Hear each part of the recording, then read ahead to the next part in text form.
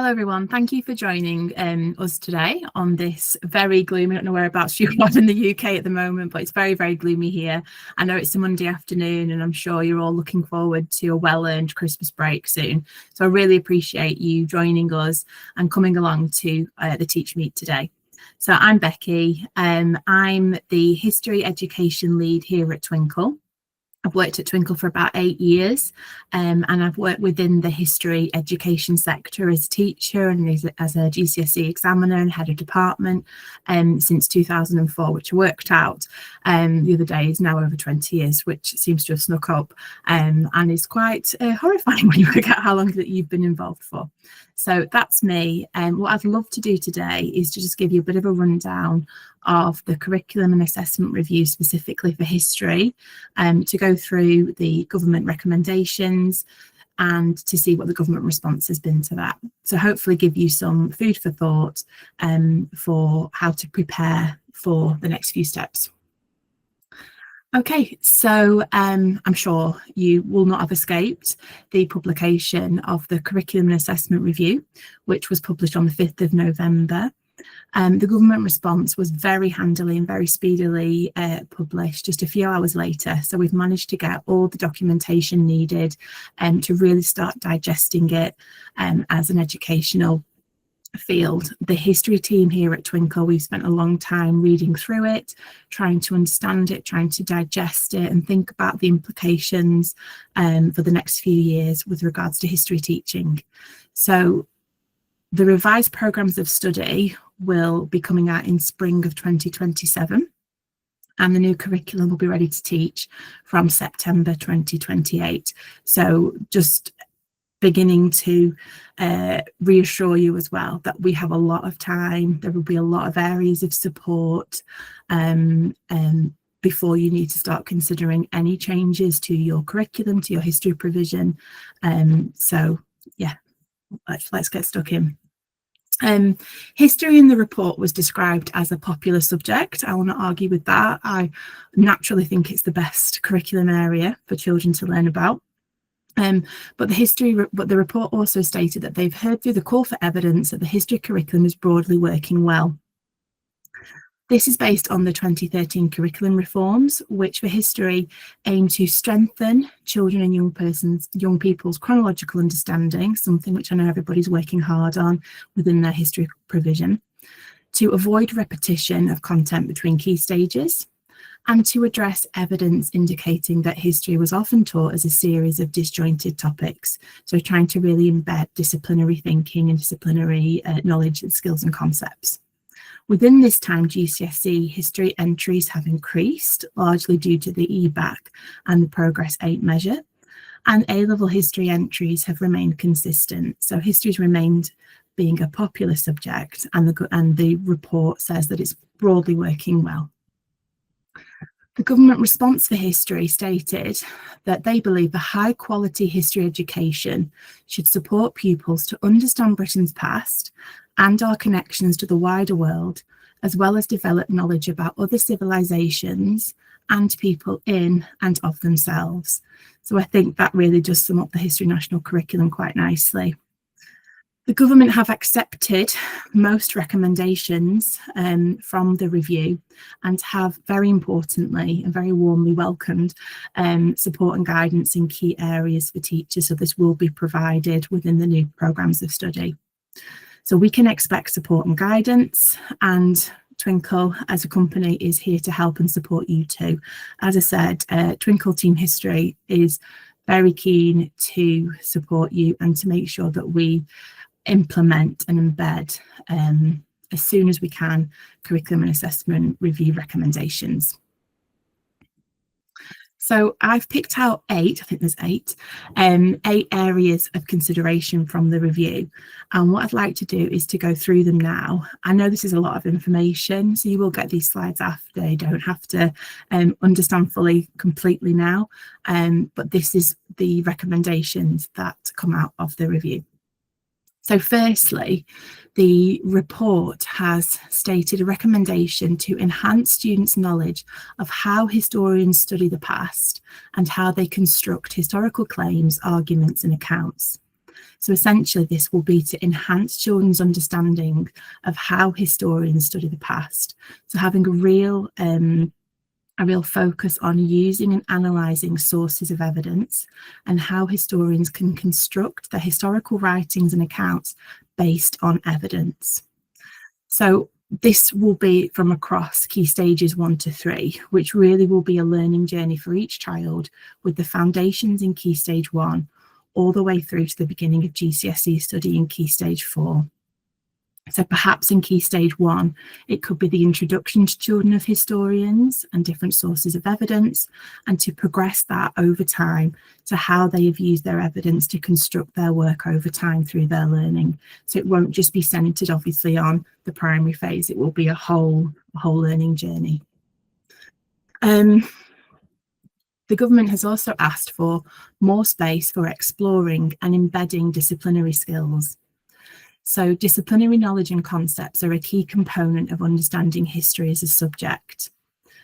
It's asked and recommended for more space to explicitly explore and therefore embed these across the curriculum. So for example, not just learning about the causes of the topic, like the Great Fire of London or the Second World War, but also to consider how historians have used evidence to understand these causes. This will be across key stages 1 to 3, as I said earlier, and children will be given more space to use and understand terms such as historical inquiry and historical significance over the time, which will embed knowledge and concepts, but making it explicit. So it won't be about adding more to the curriculum, it will be giving more examples and making more explicit to children how historians work. The government response to this said that they agree with the review on the importance of applying disciplinary knowledge, skills and approaches, including how the past is studied and how historical claims are constructed. This is core to teaching history to the highest standard and should be clear in our curriculum requirements, which all pupils will benefit from.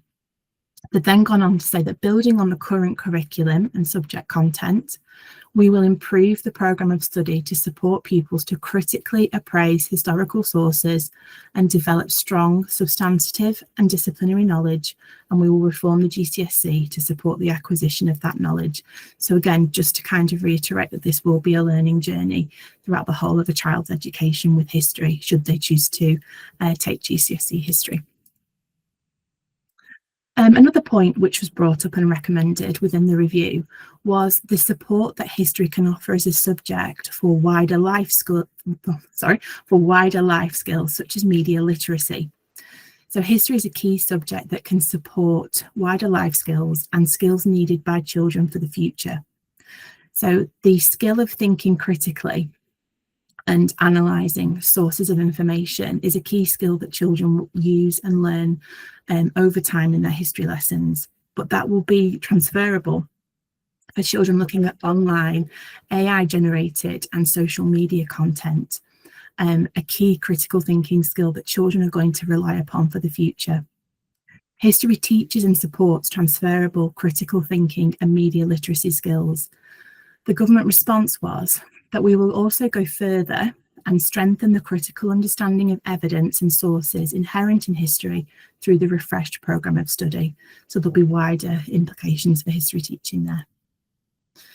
Another recommendation will be relief for some people, but clarification for statutory and non-statutory parts of Key Stage 1 to 3 history. The national curriculum for history in England can cause confusion, especially at Key Stage 2 and Key Stage 3. So quite often it can be difficult for subject leaders and teachers to really get to grips with what is compulsory within the national curriculum and also how much depth to teach topics in. An example of this can be the ancient civilizations at Key Stage 2, teaching an overview of all of them and then one in depth. Sometimes that's not clear.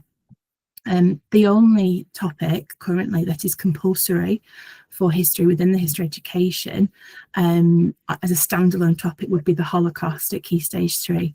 But there are lots of other events and statutory periods of time within the curriculum. The government responded last year that the Holocaust will remain compulsory at Key Stage 3 when the new programmes of study come out. But they've also stated that they understand the review's concern about curriculum overload arising, and that they will be clearer about which content in the programme of study is non-statutory to provide more clarity for teachers on flexibility and optionality. So again, it's not about adding more to the curriculum, it's about being clear what is statutory, what is non-statutory, and ideally at what depth that needs to be taught. At Twinkl, we deal mostly with primary history, but there is also a consideration and a focus that has been brought into GCSE history, Key Stage 4 history, within the review. So content currently studied for GCSE history is going to be reviewed. There have long been complaints about this overload within the history teaching community, and how to fit a huge amount of content into a curriculum time for schools at Key Stage 3 and Key Stage 4. We'll await the response of exam boards, but ideally that will be reduced or will be confirmed later. There's also good news, I think it's really exciting news, that a new GCSE is on the way, GCSE Natural History, and there'll be consultations into this next year. The government response said that they will improve the programme of study to support pupils to critically appraise historical sources and develop strong substantive and disciplinary knowledge, and that they will reform the GCSE to support the acquisition of this knowledge. So again, it's taking that learning journey from Key Stage 1 to Key Stage 4 to really embed these skills and thinking. Another recommendation was guidance and examples on how to represent a wider range of perspectives in British history. So we all know that history is everyone's story, and that it is vital to see a wide range of perspectives, stories and experiences reflected in the history that we teach to children. There's been so much work done in every provision to represent a wider range of perspectives and stories into the curriculum, but it can be difficult to find a range of sources of evidence to ensure that there's a wider range of perspectives that are represented, especially in the context of local history. The government has agreed to provide some guidance on this for how to do this and where to find support. They've stated that all pupils should have a robust understanding of our nation's history, and that we will continue to include it and strengthen it in the national curriculum and the subject content of qualifications. In reforming the curriculum, we will ensure that teachers can reflect the innate diversity of British history, including British Black and Asian history. So there's going to be support and guidance given to teachers for this.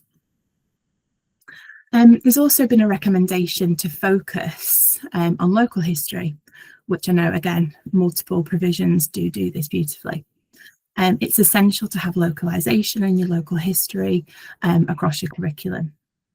Local history puts stories in the context of local, national and international narratives, making history much more relevant for children. So the government response stated that we will be clearer about how local history and context can be studied to teach history through where children and young people live. Not in the history section within the curriculum and assessment review, there are enrichment opportunities that the review has recommended. So visits to museums, heritage sites, galleries to support the history curriculum and beyond will be given more of a focus. This will support the whole development of children, not just in the classroom, but can also provide good solid links to local history. So the government response stated that we will set out a new core enrichment offer that every school and college in every community should aim to provide for all children beyond the statutory curriculum. Parents should have the confidence and knowledge that their children will have access to these experiences wherever they live. So that would be great. Just thinking about what's next. So as we stated, we've got a huge amount of time in which to really digest and consider and refine history provision within our settings before the new programmes of study and the new curriculum comes out. So I think now would be a good time to reflect, and perhaps some questions or thoughts within your history setting, within your history provision would be, what opportunities do you have for local history? Are there more that you could perhaps embed or to focus on? the idea and the use of sources of evidence within your history provision and how they support historians' construction of narratives of the past. Do your children engage with historical sources of evidence? Could they do it more? Are there opportunities within it that you could do that? Disciplinary knowledge and understanding for the progression of your children in your setting. Are these embedded? Are you on your way to having them embedded? It's something that we're discussing a great deal at the moment within the history team at Twinkl. Representation within the curriculum. How diverse are your sources of information? Is there opportunity there to enhance that? And then, of course, enrichment opportunities across the curriculum would be wonderful. I'm sure you could all think of an enrichment opportunity for every single lesson, perhaps, within your provision.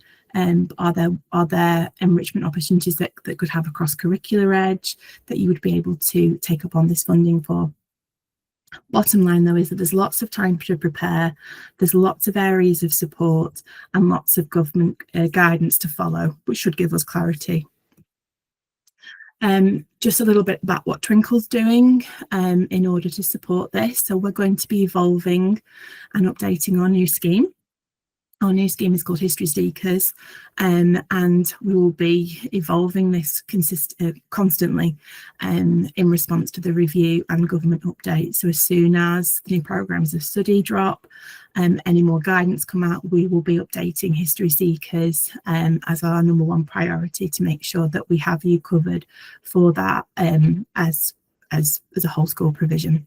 History Seekers does have a huge local history focus within it, with local history guidance for each British history unit and adaptable resources so that you can put the local history within it. There's also lots of teacher guidance there, and obviously as things progress, we will be producing more teacher guidance to make sure that you can confidently have your history curriculum covered. If you did want to get any more information about History Seekers, it's available as a separate whole school package. We do have an expression of interest form, which just pops up like that. It's not too much information. There is also quite an exciting QR code that you can just hover your phone over and it will take you straight there rather than having to search for it through Google. Or you can visit the History Seekers landing page to try some sample lessons. There's some free resources on there. If you have any questions or you'd like to discuss that further, my lovely colleagues at Twinkl Cares can help answer and make sure that you've got all the information that you need there.